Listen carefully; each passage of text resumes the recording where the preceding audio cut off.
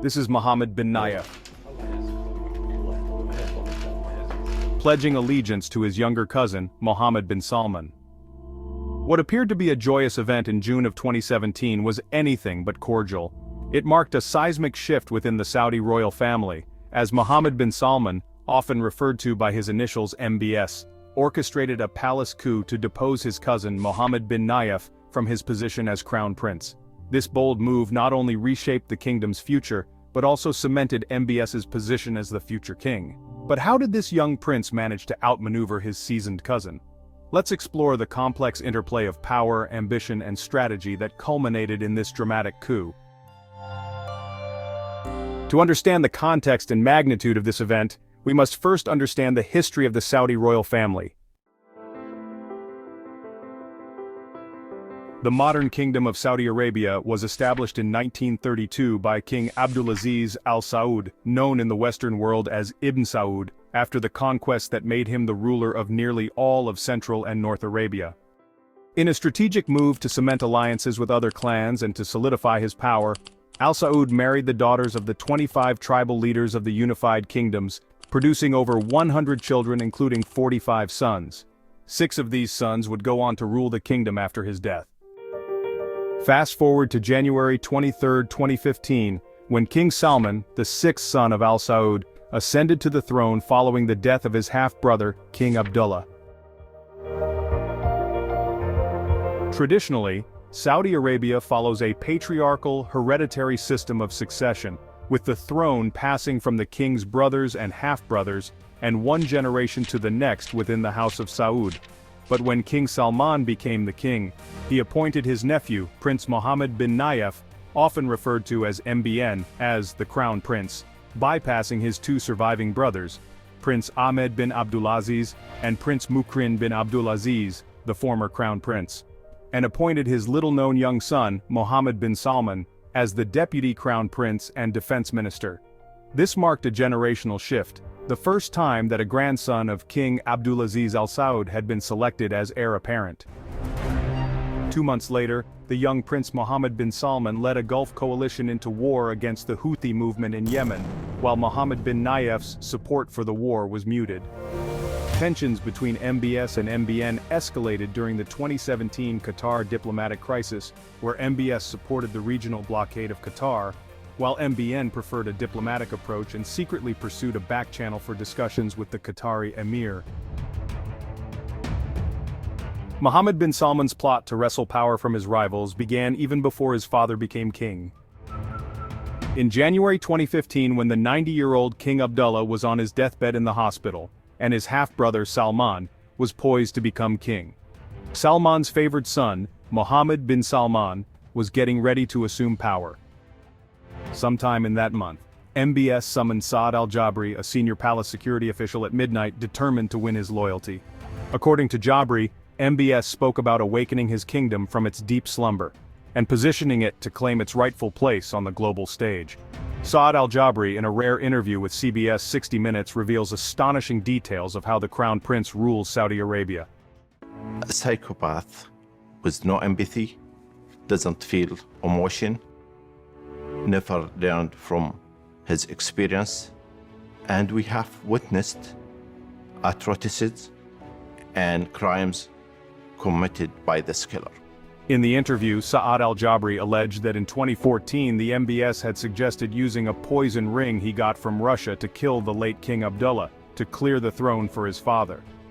Al-Jabri said the matter was settled privately within the royal court, but he added that the meeting in which MBS made the threat was secretly filmed, and that he knew where 2 copies of the video recording were. Jabri goes even further, accusing MBS of forging his father's signature on a royal decree deploying ground troops. Jabri's 40-year career as a Saudi official ended with MBS's consolidation of power. As the chief of staff to former Crown Prince Mohammed bin Nayef, he fled the kingdom after Mohammed bin Salman assumed power. Saudi officials have issued Interpol notices for Jabri's extradition from Canada without success. King Salman's accession to the throne in 2015 created a unique opportunity for MBS to rise to prominence. As the king's favorite son, MBS held various influential positions, including defense minister and head of the newly formed Council for Economic and Development Affairs. This granted MBS authority over two vital areas, the military and the economy. But his path to power was fraught with challenges, primarily from Prince Mohammed bin Nayef, the then crown prince. MBS began to consolidate power through a series of strategic moves. He built alliances with influential figures, including the king's advisors and tribal leaders. He secured the support of several key members of the ruling family, including his brother Prince Khalid bin Salman, the Saudi ambassador to the US. International support was also crucial, so Prince Khalid helped secure backing from key global players. As defense minister, MBS enjoyed the loyalty of top military and security officials. These alliances allowed MBS to consolidate power within the royal family, secure international support, implement economic reforms, and suppress opposition. With his control over key institutions, including the Defense Ministry and the Council for Economic and Development Affairs, MBS systematically undermined MBN's authority, gradually eroding his influence and bypassing him in key meetings. The culmination of these efforts came in late June 2017, when King Salman issued a royal decree, reportedly under pressure from Mohammed bin Salman, removing Mohammed bin Nayef as crown prince and appointing MBS in his place. By appointing his son as crown prince, King Salman broke with tradition, bypassing the usual line of succession, and becoming the first king to designate his son as heir to the throne. Mohammed bin Nayef was relieved of his duties and placed under house arrest at his palace in Jeddah, marking the end of his political career and the rise of MBS as the undisputed heir to the Saudi throne. During his removal, Mohammed bin Nayef was allegedly detained, threatened for hours, and pressured to step down as crown prince and pledge loyalty to Mohammed bin Salman, whom other members of the Allegiance Council had already endorsed. He ultimately gave a televised pledge of loyalty to MBS, reportedly at gunpoint. His house arrest was later loosened in 2017, but he was not permitted to leave the kingdom. To solidify his position, MBS began purging the opposition to eliminate potential rivals. On November 4, 2017, MBS launched an anti-corruption crackdown, detaining several prominent princes, businessmen, and officials at the luxury Ritz-Carlton hotel. Between late 2017 and early 2018, the detainees were released after agreeing to surrender significant assets and funds. The recovered assets from settlements with 87 people include cash, real estate, businesses, and securities, netting the government more than $106 billion. In 2017, Prince Ahmed bin Abdulaziz, King Salman's brother, and one of three members of the Allegiance Council who did not support MBS's appointment as crown prince, went into self-imposed exile in London after criticizing MBS's policies and reforms. While in Europe, he was openly critical of MBS, and reportedly met with members of dissenting factions within the Saudi royal house. Prince Ahmed's comments on Saudi Arabia's involvement in the Yemen conflict and the assassination of Jamal Khashoggi were seen as challenges to MBS's authority. On October 30, 2018, Ahmed returned to Saudi Arabia after US and European authorities obtained assurances of his security from Saudi authorities. Upon his return, Prince Ahmed's refusal to pledge allegiance to MBS fueled speculation about a potential power struggle. In 2018, the Saudi cabinet approved amendments to the kingdom's laws, strengthening Mohammed bin Salman's authority. Thereafter, MBS reduced the influence of the Council of Senior Scholars and increased the size of the Shura Council, but limited its powers. These changes centralized decision-making processes, concentrating authority in MBS's hands and reducing the role of other princes and officials.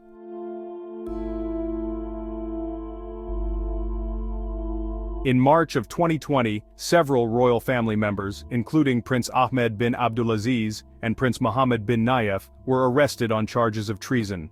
The Saudi government claimed that the princes were plotting to overthrow Salman and MBS.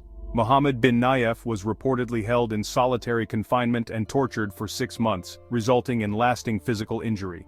He was later moved to the Al-Yamamah Palace complex in Riyadh, where he remained as of late 2022.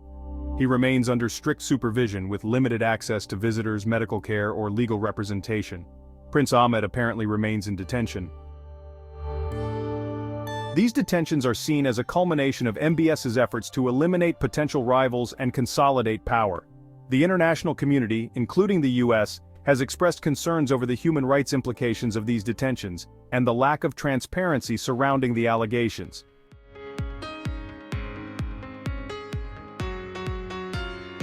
Since ascending to power in 2017, Crown Prince Mohammed bin Salman, who is also the kingdom's prime minister, has spearheaded sweeping social and economic reforms aimed at transforming Saudi Arabia into a modern, diversified economy.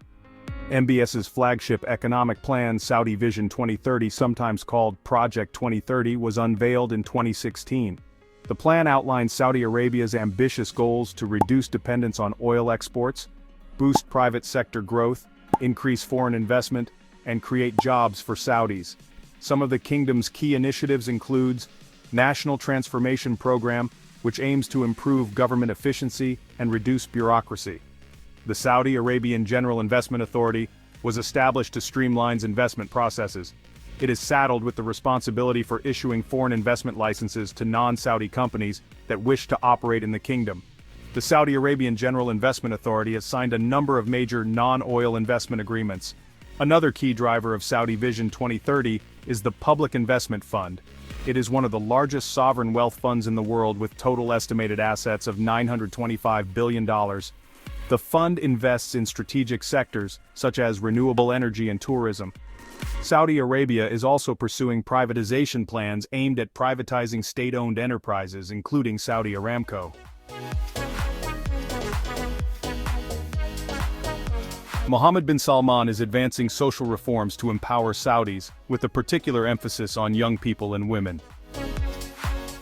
Historically, women in Saudi Arabia have faced significant discrimination in various aspects of life, including politics, economy, and society. However, since Mohammed bin Salman was appointed Crown Prince in 2017, there have been some notable social reforms aimed at improving women's rights, enhancing the quality of life, promote social cohesion, and empower Saudi citizens. On June 24, 2018, a royal decree was issued by King Salman under the influence of the Crown Prince Mohammed bin Salman, lifting the driving ban on women. Women are now allowed to obtain driver's licenses and drive vehicles, a right that was previously denied to them. Additionally, women are now allowed to work in various fields including law, police, and aviation. In August 2019, royal decree reducing guardianship requirements was issued. Women over 21 can now obtain passports and travel abroad without needing permission from a male guardian. And women can now open their own businesses without needing permission from a male guardian. Mohammed bin Salman is also reforming the entertainment and culture in the kingdom. He is introducing cinemas, concerts, and cultural events in the kingdom. He is modernizing the education curricula, promoting critical thinking, and increasing vocational training. MBS's key socio-economic reform initiatives includes a $500 billion futuristic Neom City project, showcasing innovative urban planning and sustainability. The Chidia, which is a planned tourism mega-project. It is going to be an entertainment, sports, and cultural hub near Riyadh. And the Red Sea project, which is another luxury tourism mega-project under construction along the Red Sea coast. The project, which is developed by Public Investment Fund, is part of the Saudi Vision 2030 program. MBS's reforms have transformed Saudi Arabia's economic and social landscape. While challenges persist, the kingdom's vision for a post-oil future is taking shape. Balancing modernization with traditional values and regional stability will be crucial.